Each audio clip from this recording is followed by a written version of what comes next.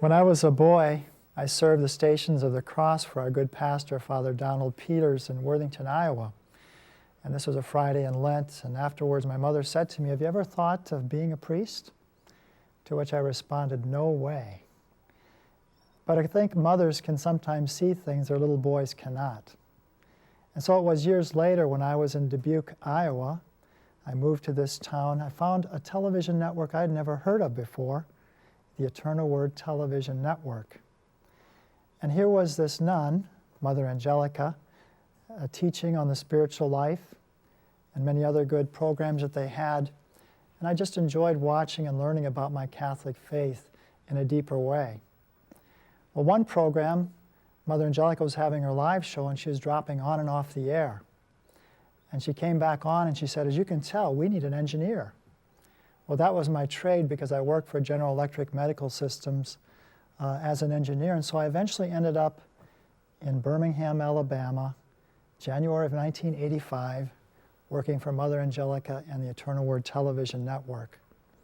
And it was a wonderful thing to see this apostolate grow and develop over these 20 years now, and the communities and other things that have grown and developed.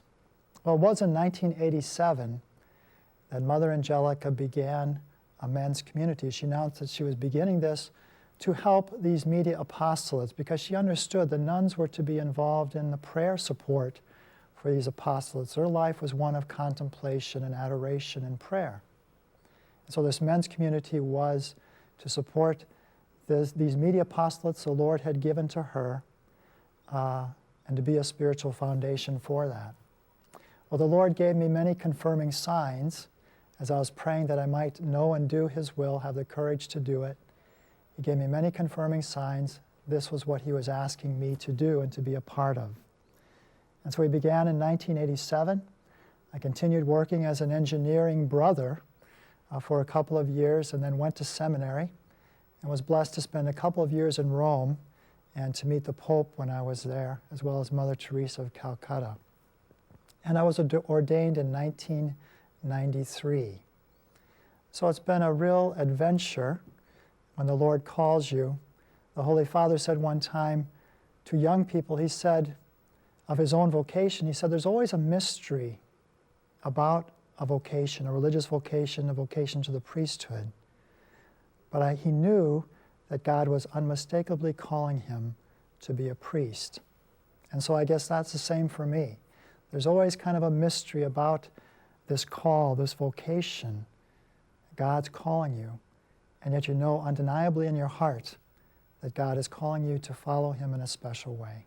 The most important thing in discerning your own vocation in life and what is your vocation in life is prayer, of course, because it's God who calls and it's God who reveals what His plan is for our life, because each of us has been created for a purpose and a mission.